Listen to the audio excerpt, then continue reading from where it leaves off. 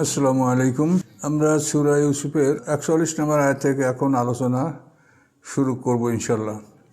আউযু বিল্লাহি মিনাশ শাইতানির রাজিম।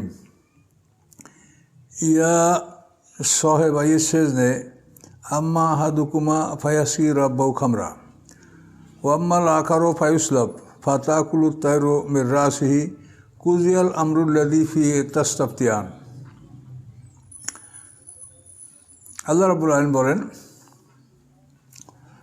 ইউসুফ আলাইহিস সালাম তার যে দুই সাথীর স্বপ্নের ব্যাখ্যা দেওয়ার ওয়াদা করেছিলেন যে তোমাদের খাদ্য তোমাদের কাছে চলে আসার আগেই আমি তোমাদেরকে স্বপ্নের ব্যাখ্যা দিব, সেই ব্যাখ্যা উনি দিচ্ছেন। হে আমার জেলখানার সাথীদ্বয়, তোমাদের একজন যে দেখেছো যে আঙ্গুর নিংড়িয়ে বাদশার পেয়ালা পূর্ণ করছো এবং বাচ্চাকে পেয়ালা পান করাচ্ছ, সে তার মালিককে সে শরাব সরবরাহ করবে, অর্থাৎ ওই চাকুরি তার বহাল থাকবে। সে আগেও সাক্ষী ছিল, বাচ্চার পানীয় সরবরাহের দায়িত্ব তার ছিল। তো ইউসুফ আলাইহিস সালাম বলেন যে ওই দায়িত্ব তার থাকবে ফেয়াসকি রব্বাহু, সে তার মালিককে, তার রবকে সে শরবত সরবরাহ করবে, পানীয় সরবরাহ করবে। ওয়াম্মাল আখারু, আর অন্য যে স্বপ্ন দেখেছে তার মাথা হতে রুটি খাচ্ছে তার ব্যাপারে বলছেন। ওয়াম্মাল আখারু, এবং অপরজন ফায়ুসলাব, তাকে শুলিবিদ্ধ করা হবে। ফাতাকুলুত তায়রু মির রাসি, এবং শুলিবিদ্ধ অবস্থায় তার মাথা হতে পাখিরা খাবে, তার মাথা ঠুকরে ঠুকরে পাখিরা খাবে। কুজিয়াল আমরুল্লাযী ফিহি তাস্তাফতিয়ান, তোমরা যে বিষয়ে ফয়সালা চেয়েছিলে এ বিষয়টা চূড়ান্ত হয়ে গেছে, আমি যা বলেছি এটাই হবে, এ বিষয়টা চূড়ান্ত হয়ে গেছে, এর আর কোনো পরিবর্তন হবে না।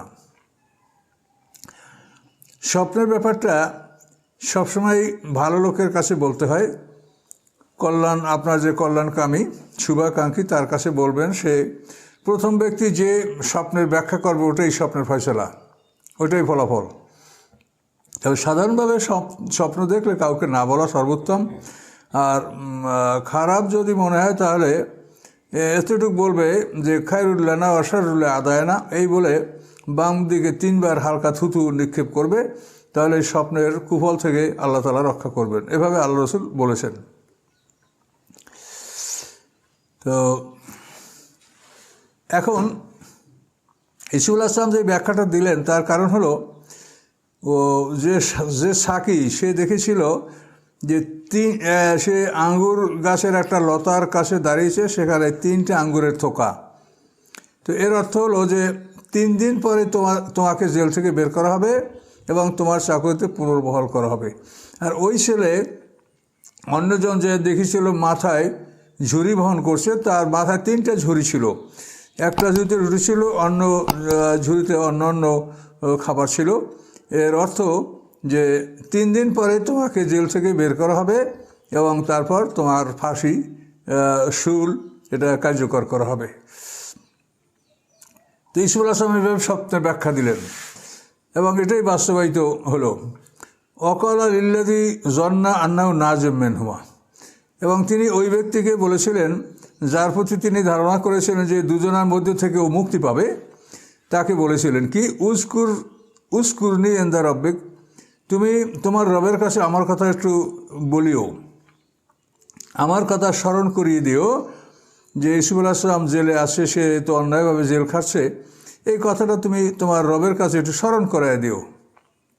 আজিজে মিসরের কাছে, মিশরের প্রধানমন্ত্রীর কাছে এই খবরটা বলার জন্য ইউসুফ আলাইহিস সালাম অনুরোধ করেছিলেন।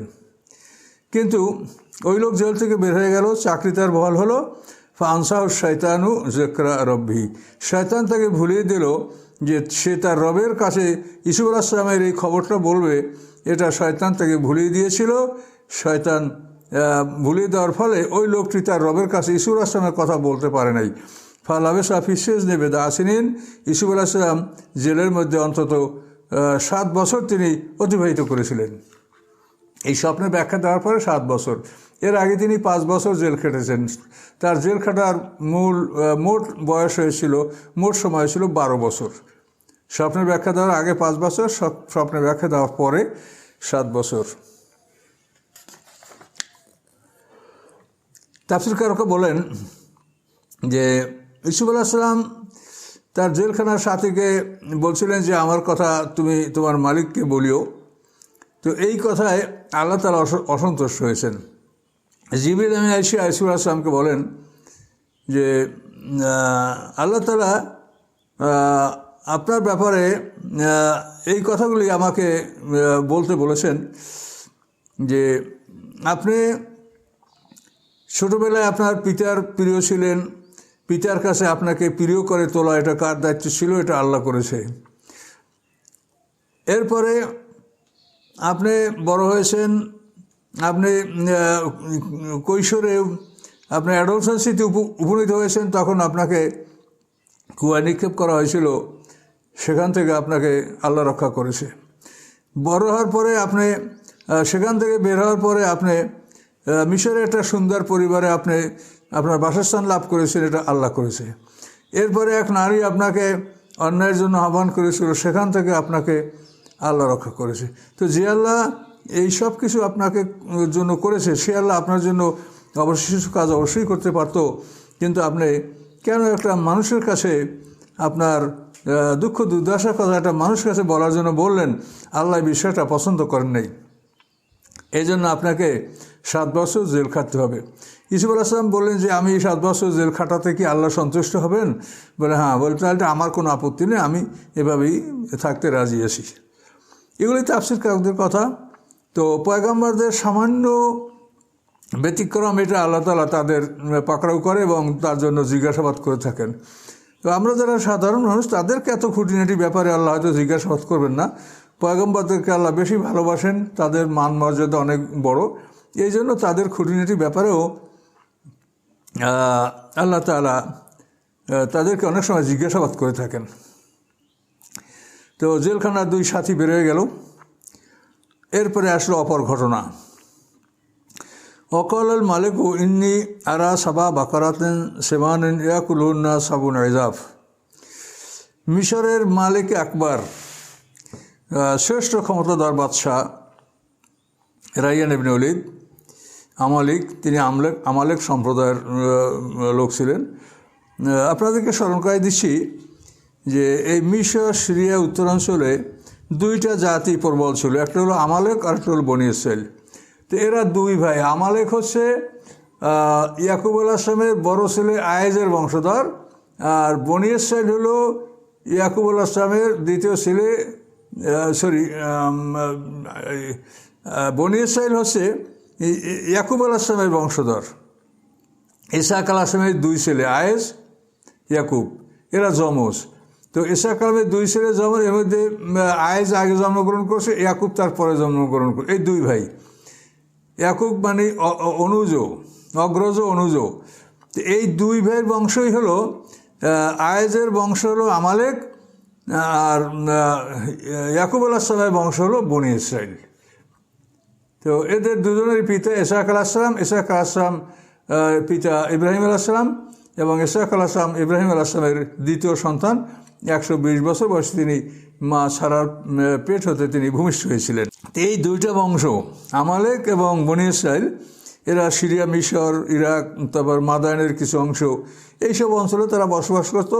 কখনো আমালেকরা ক্ষমতায় থাকতো, কখনো বনি ইসরাইলিরা ক্ষমতায় আসতো। তো এই ঘটনার সময় যে মিশরের প্রধান মালিক আকবর, যাকে শ্রেষ্ঠ রাজা বলা হয়, উনি আমালেক সম্প্রদায়ের লোক ছিলেন। তো এই রাজা কলা, তিনি বলেন কল আল মালিকও, রাজা বলছেন ইন্নী আরা সাবা বাকারাতিন সিমানিন, আমি স্বপ্নে দেখছি। রুইয়া আর রুইয়াত, যদি তা থাকে তাহলে চোখে দেখা, আর যদি রুইয়া তা না থাকে তাহলে স্বপ্ন দেখা। তো মালিক বললেন যে আমি স্বপ্নে দেখি 60টা মোটা গাভী, তাদেরকে খেয়ে ফেলছে 60টা দুর্বল গাভী। সাবা সুম্বুলাতেন খুদ্রেন, এবং 60টা সবুজ ফসলের শীষ এবং 60টা শুকনো শীষ। এটা আমি স্বপ্নে দেখেছি। ইয়া আইয়ুল মালাউ, হে আমার মন্ত্রী পরিষদ সভাসদ, আপ্তুনি ফি রুয়ায়া, তোমরা আমার এই স্বপ্নের ব্যাখ্যা দাও। এনকুন তুমলি রুয়া তাবরুন, যদি তোমরা স্বপ্নের ব্যাখ্যা দানকারী হয়ে থাকো তাহলে আমার এই স্বপ্নটার ব্যাখ্যা দাও। তাদের গণক, কাহেন, গণক, জাদুকর, তাদের পণ্ডিত জ্ঞানী যারা আসছিল সবাইকে ডাকা হলো। তো তারা বলল আদগাস হালাম, এটা জাম্বুল ড্রিম, এটা একটা কল্পনা প্রসূত স্বপ্ন, এলোমেলো স্বপ্ন, এটার কোনো ব্যাখ্যা আমরা দিতে পারছি না। ওমা নাহনু বে তাবিল আহলাম বে আলেমিন, এবং আমরা এই এলোমেলো স্বপ্নার ব্যাখ্যা দানকারী আমরা নই, এ ধরনের স্বপ্নের ব্যাখ্যা আমরা জানি না। স্বপ্নের ব্যাখ্যা দিতে তার পরিষদ, তার দরবারের আলেম ওলামা, জ্ঞানী, জাদুকর, কাহেন, গণক সবাই ব্যর্থ হলো। অকল আল্লাযী নাজা মিনহুমা, তখন ওই ব্যক্তি বলল যে দুই ব্যক্তির মধ্য থেকে যে মুক্তি পেয়েছিল, অর্থাৎ ইসুল আসলামের দুই সাথীর মধ্যে একজনকে তো শুলে চড়ানো হয়েছিল, অন্যজন মুক্তি পেয়েছিল। তো যে মুক্তি পেয়েছিল সে বলছে অদ্যাকরা বাদ উম্মতেন, বহুকাল পরে তার স্মরণ এসেছে যে ইসুফ আসলাম তাদের স্বপ্ন ব্যাখ্যা করেছিলেন, সে মালিকের কাছে তার কথা মনে করায় দিতে বলছিলেন, এটা বহুকাল পরে তার মনে এসেছে, এতদিন এই কথাগুলি তার মনে আসছিল না। মনে আসার পরে সে বলল আনা উনব্বে কুম্বি তাবিলি ফারসিলন, আমি আপনাদেরকে এর ব্যাখ্যা দিব, আপনি আমাকে পূরণ করুন।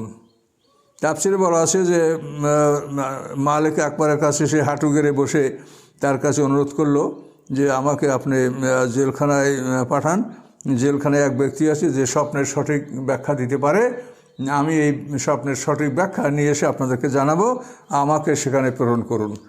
তো তাফসির কাকা বলেন জেলখানাটা শহর থেকে বেশ কিছু দূরেই ছিল। শেষ পর্যন্ত ওই লোকটাকে অনুমতি দেওয়া হলো, সে জেলখানায় গেল এবং ইসুফ আসলামের সাথে আলাপ করলো।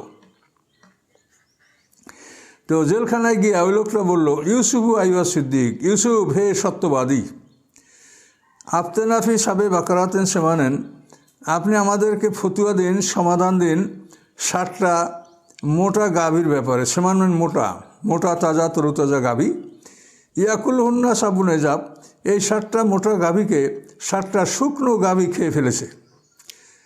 ও সাবা সুম্বুলাতেন খুদুর, এবং 60টা উজ্জ্বল সবুজ তরুতাজা ফসলের শীষ, ও উখারা আবেসাত, এবং অন্য 60টা শুকনো। লাল্লি আরজুলের নাস, সম্ভবত আমি মানুষের কাছে চলে যাব, লাল্লম ইয়ালামুন, এবং মানুষেরা জানতে পারবে যে এই স্বপ্নের ব্যাখ্যা কী।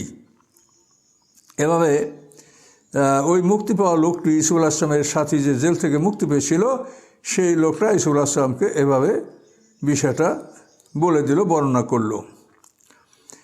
ইসুফ আসলাম বললেন কলা তাজরাউনা সাবা সিনিনা দা আব্বা, যে তোমরা অনবরত 7 বছর ফসল ফলাবে, 7 বছর প্রচুর বৃষ্টি হবে এবং প্রচুর ফসল জন্মেবে। তো ফামা হাসাত্তুম, যে ফসলগুলি তোমরা কর্তন করবে, যেগুলি তোমরা কাটবে, ফাজারু বিসুম্বুলহি, সেগুলিকে তোমরা ওই সরার সাথে, ওই শীষের সাথে রাখবে, শীষ থেকে পৃথক করবে না, শুকিয়ে শীষের সাথে ফসলগুলি রাখবে। হ্যাঁ, ইল্লা কালিমা মেম্মা তাকুলুন, সামান্য কিছু যা তোমরা খাবে ওই পরিমাণ তোমরা শীষ থেকে পৃথক করবে, বাকিগুলি শীষের সাথে শুকিয়ে ফসলটা তোমরা সংরক্ষণ করবে। সুম্মা ইয়াতি মেম্বা জালকা সাবুন সেদাত, এরপরে তোমাদের কাছে 60টা কঠিন দুর্ভিক্ষের বছর আসবে। ইয়াকুল্লামা কদ্দামতুম লাহুন্না, তোমরা তখন খেয়ে ফেলবে যা কিছু তোমরা সঞ্চয় করেছিলে এই 7 বছরের জন্য। এই দুর্ভিক্ষের 7 বছরের জন্য তোমরা যা সঞ্চয় করেছিলে এই 7 বছরে তোমরা এটা খেয়ে শেষ করবে। হ্যাঁ, ইল্লা কালিলাম মেম্মা তুহসিনুন, কিন্তু তোমাদের সংরক্ষিত ফসলের সামান্য কিছু অবশিষ্ট থাকবে যা দিয়ে তোমরা পুনরায় ফসল ফলাতে পারবে এবং তোমরা বীজ হিসাবে ব্যবহার করতে পারবে। এরকম কিছু ফসল তোমাদের গুদামে অবশিষ্ট থাকবে, আর বাকি ওই 7 বছরে তোমরা সব খেয়ে ফেলবে, সমাপ্ত করবে। এইভাবে 14 বছর পার হওয়ার পর সুম্মা ইয়াতি মিন বাযাল কাম, এই দুর্ভিক্ষের 7 বছর পার হয়ে যাওয়ার পরে তোমাদের কাছে আসবে একটা বছর, ফিহি ওয়াসুন নাসু অফি ইয়ারেসুন, সেই বছরে মানুষেরা প্রচুর বৃষ্টি লাভ করবে এবং হাসারিল্লা, অদ্ভুত আল্লাহর নিদর্শন, অদ্ভুত আল্লাহর শান। আমরা আল্লাহর আশ্রয় কামনা করি, আল্লাহর পানা চাই। মা আলেম না আলহিম ইনসু, আমরা তার মধ্যে কোনো খারাপ দেখতে পাইনি, তার মধ্যে কোনো খারাপ দেখতে পাইনি। সে ছিল অত্যন্ত সৎ মানুষ, পবিত্র মানুষ, এটা ওই নারীরা বলল। এবং কলাত ইমরাতুল আজিজ, তখন ওই আজিজ মেসের কেতফির তার স্ত্রী বলল, রাইল বা জুলাইখা, আল্লানা হাক্কাকাল আল্লানা হাসাসাল হাক্ক, এখন সত্য প্রকাশিত হলো। আনা রাওয়াতুল নাফসি, আমি নিজে তাকে আমার পক্ষ থেকে আমি তাকে ফুসলাচ্ছিলাম, উদ্বুদ্ধ করতেছিলাম অপকর্মের জন্য। অন্য লামেনা সাদিকের, নিশ্চয়ই সে সত্যবাদীদের অন্তর্ভুক্ত। অর্থাৎ জুলাইখা এই কথা বললে এই জন্য যে সে যদি এই সত্য স্বীকার না করে তাহলে 40 জন নারী হয়তো তার বিরুদ্ধে সাক্ষী দেবে, তখন সে অপমানিত হবে। এই ভয়ে তিনি সত্যকে স্বীকার করলেন এবং বললেন যে আমি তাকে আমার পক্ষ থেকে আমি তাকে প্রেম নিবেদন করেছি এবং সে সত্যবাদী, সে কখনো আমার ডাকে সাড়া দেয় নাই বা একটু আমার দিকে আকৃষ্ট হয়নি। এখন এইটা রাজদরবারে যখন সবাইকে ডেকে এই ঘটনা জানাজানি হলো, প্রকাশ হলো, তখন এটা প্রমাণিত হলো যে ইউসুফ আলাইহিস সালাম সিদ্দিক, সে সত্যবাদী, তার মধ্যে বিন্দুমাত্র ত্রুটি ছিল না, অন্যভাবেই তাকে জেলে ঢুকানো হয়েছিল। তো ইউসুফ আলাইহিস সালাম বলেন, জালিকা, এই সব ঘটনা বা এইভাবে আমি যে বিষয়টা বিলম্ব করলাম, জেলখানা থেকে সাথে সাথে বের হলাম না, এটা কেন? যে লেয়ালামা, যে মানুষেরা জেনে নিক, আর নিলাম আকুন্নু বেল গাইবে, যে আমি অদৃশ্যে আমি খেয়ানাত করি নেই, চোখের আড়ালে আমি আমার মালিকের খেয়ানাত করি নেই, আল্লাহরও খেয়ানাত করি নেই। ইন্নাল্লাহ লা ইয়াহদি কাইদাল খাইনিন, নিশ্চয়ই খেয়ানাতকারীদের ষড়যন্ত্র কখনো জয়যুক্ত হয় না। কাজে আমি খেয়ানাত করি নেই, আমি মালিকের পবিত্রতা, মালিকের আমানত আমি সংরক্ষণ করেছি, আমি কখনোই খেয়ানাত করি নাই। এই বিষয়টা অবগতির জন্যই আমি বিলম্ব করেছিলাম। এরপরে ইউসুফ আলাইহিস সালামকে এই খবর যাওয়ার পরে এবং রাজদরবারে এটা প্রমাণ হওয়ার পরে তিনি জেলখানা থেকে বেরিয়ে আসলেন, তিনি গোসল করলেন, কাপড় পরলেন, জেলখানাবাসীদেরকে তিনি অনেক কিছু নসিহতের কথা বললেন। এরপরে তিনি জেলখানা থেকে বের হওয়ার সময় জেলের গেটে লিখলেন যে এটা হচ্ছে জীবিতদের কবর, এই জেলখানা হচ্ছে জীবিতদের কবর, আর এটা হচ্ছে দুশ্চিন্তাগ্রস্তদের ঠিকানা, এবং এই জেলখানা হচ্ছে শত্রুদের আনন্দের বিষয়, এই জেলখানায় ঢুকলে শত্রুরা আনন্দিত হয়। তো এইভাবে কিছু উপদেশমূলক কথা জেলখানার গেটে রেখে ইউসুফ আলাইহিস সালাম জেল থেকে বের হয়ে গেলেন। বের হয়ে তিনি বাদশার কাছে উপস্থিত হলেন এবং সেখানে আল্লাহর দরবারে তিনি আল্লাহর দরবারে দোয়া করতেই ছিলেন এবং দোয়া করে করে শেষ পর্যন্ত বাদশার দরবারে উপস্থিত হয়ে তাকে আরবি ভাষায় তিনি সালাম করলেন, আসসালামু আলাইকুম, আরবি ভাষায় বাদশাকে সালাম করলেন। বাদশাহ তাফসীর কাকা বলেন যে তিনি অন্তত 70টা ভাষা জানতেন, কিন্তু আরবি এবং এব্রানি এই দুইটা ভাষা বাদশাহ জানতেন না। ইউসুফ আলাইহিস সালাম তখন আরবিতে সালাম দিলেন।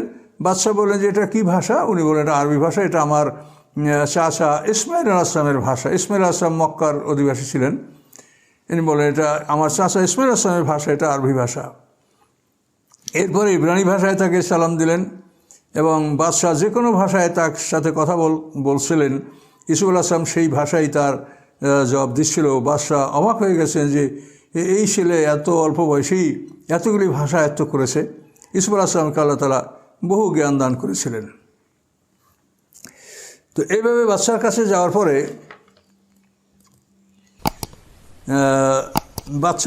যাওয়ার পরে এখন বাদশাহ বলে যে আপনি আমার স্বপ্নের ব্যাখ্যা দিলেন, তো আমার স্বপ্নটা আমাকে একটু ভালো করে বলেন তো, আমি কি দেখেছি। তো ইউসুফ আলাইহিস সালাম তখন তাকে বলতে লাগলেন যে শোনেন, আপনি দেখেছেন যে নীল নদী পানিতে একেবারে কিনারায় কিনারায় কানায় কানায় ভরে উঠেছে। এই ভরা নীল নদীর ভিতর থেকে 60টা মোটা তরুতাজা গাভী এমনভাবে বের হয়ে আসে যে তাদের উলানের মানে দুধের বোটা থেকে ঝরঝর করে দুধ পড়ছিল, এরকম 60টা গাভী বের হয়ে আসছে। মুহূর্তের মধ্যে আপনি দেখতে পেলেন যে নীল নদী শুকিয়ে গেছে, নীল নদীতে আর পানি নেই, শুধু কাদা। এই কাদার মধ্যে থেকে 7টা দুর্বল গাভী, যে তারা গরু বটে কিন্তু তাদের হাত পা গরুর মতো না, এবং মাথাটাও হিংস্র পশুর মতো মনে হয়, বড় বড় দাঁত, তাদের উলান শুকনো, পেট শুকনো, মনে হয় যেন পেটে কিছুই নাই। এই কাদার ভিতর থেকে 7টা শুকনো গাভী বের হয়ে আসলো। আইসা ওই 7টা দুর্বল গাভী, ওই 7টা মোটা গাভীকে এমনভাবে চিবিয়ে চিবিয়ে খেয়ে ফেললো যে তাদের হাড্ডি, মাংস, চামড়া সব খেয়ে ফেললো। খাওয়ার পরেও তাদের পেট মানে উঁচু হলো না, পেট ওইরকমই থাকলো, কিন্তু তারা 7টা গাভী এভাবে খেয়ে ফেললো। এটা আপনি দেখেছেন। এরপরে দেখেছেন যে নীল নদীতে কাদা, সেই কাদার মধ্যে থেকে হঠাৎ করে একটা জায়গা থেকে 7টা ফসলের শীষ, খুব উত্তম ফসল সহ 7টা শীষ বের হয়ে আসে। মুহূর্তের মধ্যে ওখান থেকেই 7টা শুকনো শীষ বের হয়ে আসছে। বের হয়ে আসার পরে এই 7টা শুকনো শীষ 7টা সবুজ শীষকে এমনভাবে জড়িয়ে ধরেছে যে মুহূর্তের মধ্যে 7টা সবুজ শীষের অস্তিত্ব বিলুপ্ত হয়ে গেল, আর দেখাই যাচ্ছে না। মনে হয় যেন পুরে সারকার হয়ে গেছে। 7টা সবুজ শীষ ছিল, এটা আর এখন কোনোই তার চিহ্ন নাই। এভাবে আপনি স্বপ্ন দেখেছেন।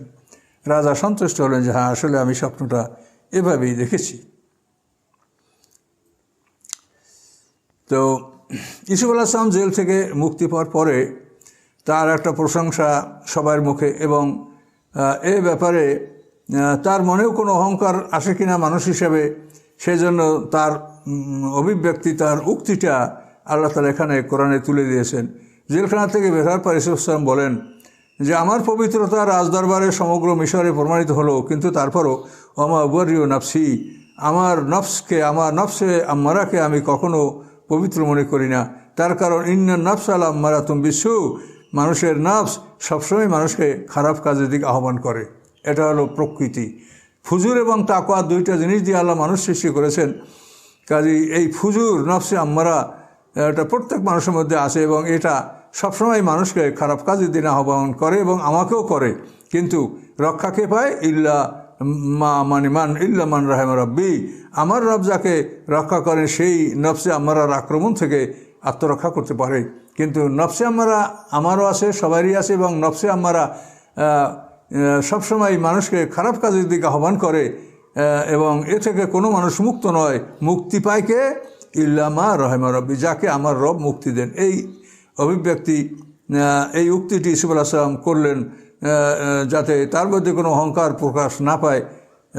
এই জন্য এই কথাগুলি তিনি বললেন। ইন্না রব্বি গাফুরুর রহিম, নিশ্চয়ই আমার রব তিনি ক্ষমাশীল এবং দয়াবান। অকাল আল মালিকু, রাজা বললেন উতুনিবি, তাকে আমার কাছে নিয়ে আসো, আস্তাখলিসু নাফসি, আমি তাকে আমার ব্যক্তিগত কাজে আমি নিয়োগ করব। আমার নিজস্ব কাজে, নিজস্ব প্রয়োজনে, ব্যক্তিগত কাজে আমি তাকে নিয়োগ করব, তাকে আমার কাছে নিয়ে আসো। তারপরে ইউসুফ আলাইহিস সালামকে বাদশার কাছে নিয়ে আসা হলো, বাদশার সাথে তার কথা বিনিময় হলো, সালাম কালাম হলো। এরপরে বাদশাহ দেখেন সামনে আল্লাহ কি বলছেন। ফালাম্মা কাল্লামাহু, যখন বাদশাহ ইউসুফ আলাইহিস সালামের সাথে কথা বললেন, কলা, বাদশাহ বললেন ইন্নাকাল ইয়াউমা লাদাইনা মাকিনুন আমিন, আজকের দিনে আপনি আমার কাছে স্থায়ীভাবে বসবাস করবেন এবং নিরাপত্তার সাথে এখানে আপনি বসবাস করবেন। আপনার জন্য কোনো ভয়ভীত, কোনো শঙ্কা কিছু নাই। আপনি আমার এখানেই বসবাস করেন, রাজদরবারে আপনার স্থান। তো এইভাবে রাজা তাকে বললেন, এবং এরপরে ইউসুফ আলাইহিস সালাম দায়িত্ব লাভ করার পূর্বে 1 বছর পর্যন্ত তিনি রাজার কাছে ছিলেন। 1 বছর রাজা তাকে পরীক্ষা করেছেন, দেখভাল করেছেন। তারপরে 1 বছর পরে ইউসুফ আলাইহিস সালামকে তিনি ক্ষমতা দান করেছেন। তো আসুন আমরা আয়াতের মধ্যে এগুলো পেয়ে যাচ্ছি। কলা জালনি আলা খাজানিল আরদ, ইউসুফ আলাইহিস সালাম বললেন যে আমাকে পৃথিবীর উৎপাদনের দায়িত্ব দান করুন। অর্থাৎ পৃথিবীর উৎপাদন, ফসল উৎপাদন, অর্থনীতি, এই মানে পৃথিবীর যে উৎপাদন বলতে সবই, খনিজ সম্পদ বলেন, তেল বলেন, গ্যাস বলেন, ফসল বলেন, সবই তো পৃথিবীর থেকে হয়। তিনি এক কথায় বলেন যে পৃথিবীর ধরভাণ্ডারের দায়িত্ব আমাকে দান করুন। ইন্নী হাফিজুন আলিম, আমি সংরক্ষণকারী এবং জ্ঞানী। আমি এ বিষয়ে আমার জ্ঞান দান করেছে, আল্লাহ জ্ঞান দান করেছে, এ বিষয়ে আমি জ্ঞান আমার আছে, আমি এটা সংরক্ষণ করতে পারবো, এবং আমি আমানতদার, আপনার কোনো ভয় নেই।